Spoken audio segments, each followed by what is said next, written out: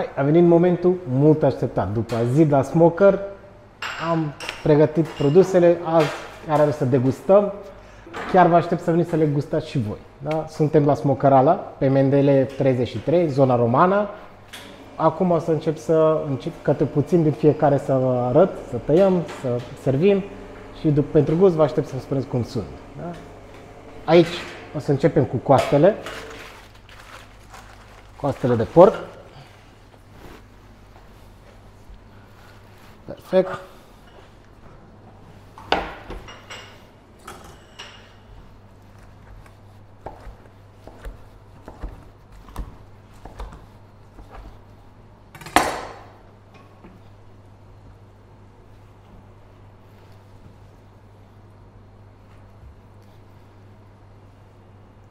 Alex o să ne ajute cu niște salatică. Da?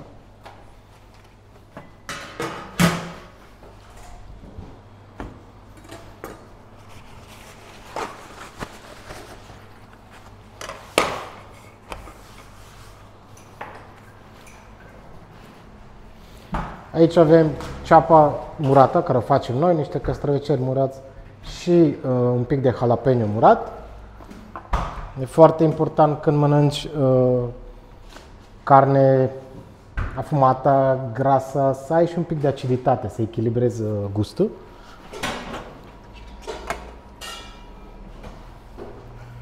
Și garnish.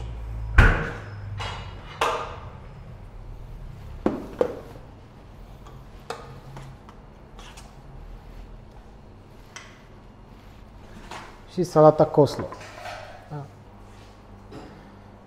Porția noastră e gata, de coaste.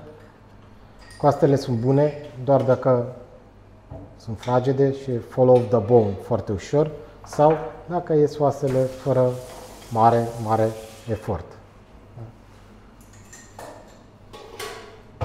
Miroase incredibil, dar gustul pe măsură. Facem niște obrajori de vită. Noi obrajorii vidăm și ținem la baimarin, așa rămân juicy și calzi.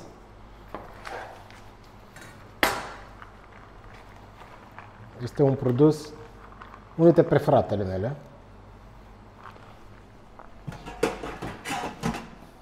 Și o să vă arăt de ce. De obicei noi luăm obrajorul și îl filiem ca să-l servim, dar doar ca să arăt cât de fraged este. Putem să facem și chestia asta fără nicio problemă. Da? Este o carne foarte fragedă, foarte gustoasă.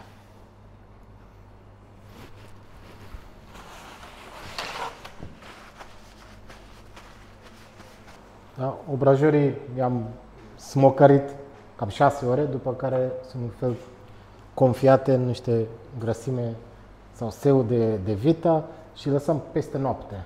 Deci procesul este destul de lung și de acolo și fragezimea asta.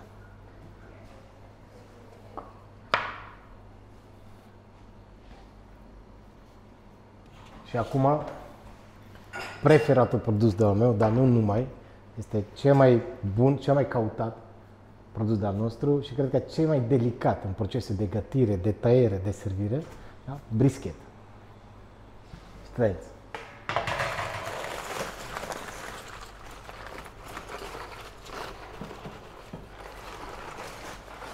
Asta l-ați văzut viu, puțin mai devreme, da? Cum este forma gătită.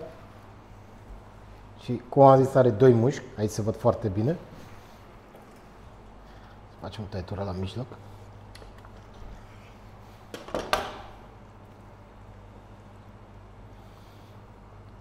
Uite cât de juicy poate fi. Da? Este superb. Stăm câteva felii.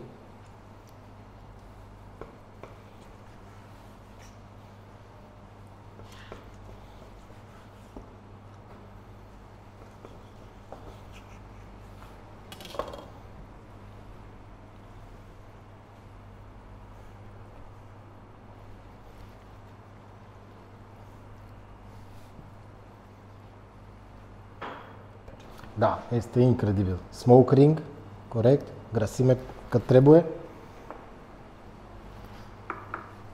La fel, niște salată, murături pentru echilibru.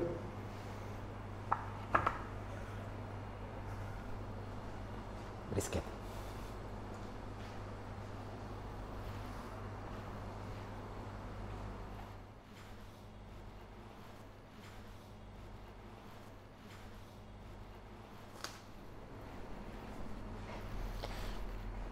Partea mișto e că la smokerala asta poți să le ai și într-un platou de degustare. Pe lângă asta mai avem pulled pork, pulled beef, aripioare, curcan, sandwich-uri, tacos. Avem foarte multe alte produse care sunt produse toate la smoker. Orice carne la noi este doar la smoker, doar la esența tare. Still Texas Barbecue, da, un smoker offset. Și Craft Market, acolo găsiți și smokerala, recent deschis, și alte multe experiențe culinare.